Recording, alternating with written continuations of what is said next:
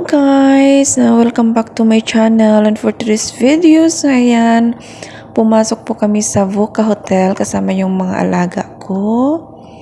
Yung alaga ko at saka yung alaga ni Jane. Alam nyo, yung gagawin lang naman namin dito ay mag-practice sila ng swimming. So dito po kasi sa hotel na ito, ang nila, yung praktisanan sa pag-swimming. So ayan, punta kami ng second floor. Kasi nandun po sila sa second floor. So, ayan, si Inay Baduday. Pasensya na po kayo. Ganito lang po talaga yung pag-video ko. Kasi po, yung nasanay na akong mag-video ng... yan po, nag-ano na sila. Practice. So, hindi na po ako masyadong nag-video doon. At pauwi na kami para kasi gabi na po. Sobrang gabi na, tapos kala yung mga bata. So, kailangan ng magpahinga. Hanggang alas 7 lang po kasi ng gabi yung nila, yung practice nila. Yung training nila sa swimming. So, kailangan magpahinga muna. At syempre, makikita nyo, kinabukasan, gumala na naman kami. So ito, gabi na po. Gumala na naman kami. Yan. Gabing-gabi na. Gustong-gusto ng alaga kong gumala sa tita niya. Kaya ito na time na gala-gala naman kami. Pabalik-balik na lang kami sa tita niya kasi wala po ang mga parents ng alaga ko. Nang bakasyon po kasi. Kaya ayan, kami lang dalawa laging gala-gala. So maraming salamat po sa inyong panonood. Ganyan lang po yung video natin today. Napakadilim na po. Kasi wala pong, hindi nyo masyadong makita na yung mga ilaw dito. Kasi nasa ibang side yung iba.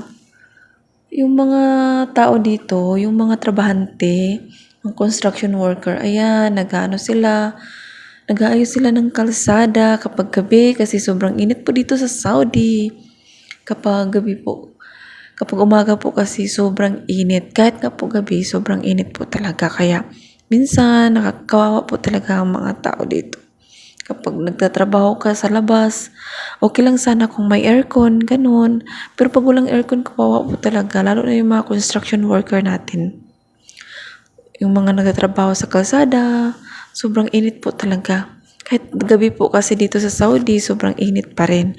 Pero syempre, tinitiis na lang nila. Mas mainit po talaga kapag umaga kaysa sa gabi. So, tinitiis na lang nila yung init sa gabi. Hindi naman sanay na kasi sila. Syempre, para sa pamilya, kailangan kumayod. At yun talaga yung kayang-kaya nilang gawin. At malaki kasi ang sahod kapag construction worker ka dito sa Saudi. Kaysa sa katulad namin, konti lang pong sahod. Pero syempre, matustusan din naman namin yung mga pangailangan ng aming pamilya sa Pinas.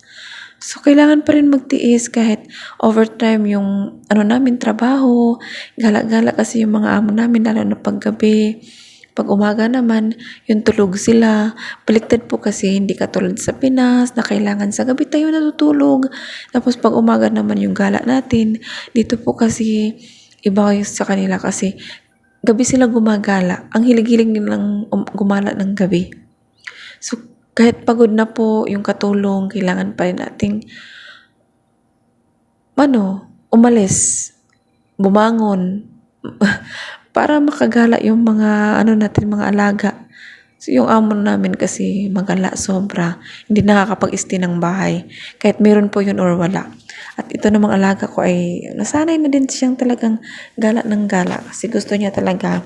May kaibigan kasi siya na yung isa niyang cousin, kaya lagi siyang bumabalik dito sa doktor na sister ni amo, ang babae. Yun ang lagi namin binabalikan. Kaya minsan din na din ako nagvi-video, minsan nag-video, minsan hindi kasi nakakapagod din naman kasi nagvi-video. Tapos mag-video ako, pabalik-balik naman yung pinupuntahan namin. So, pasensya na kayo. May nakikita kayo dyan may cellphone. May kausap kasi yung driver namin. Yung driver kasi nila ay isang babae, tumboy po. So, Tomboy po kasi siya kaya may kausap siyang siyempre tomboy is girl din ang uyab. Gano'n talaga yung life.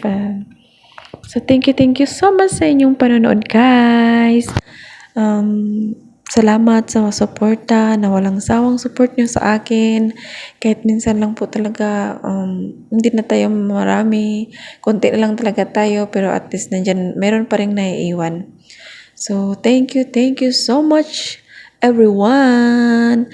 Ingat po kayo lagi, lalo na sa mga OFW na nagsikap na kailangan tiyaga lang tayo at manalig at laging magdasal. Huwag naman nating hayaan na malulung tayo sa mga problema, di ba? Happy lang kahit may problema.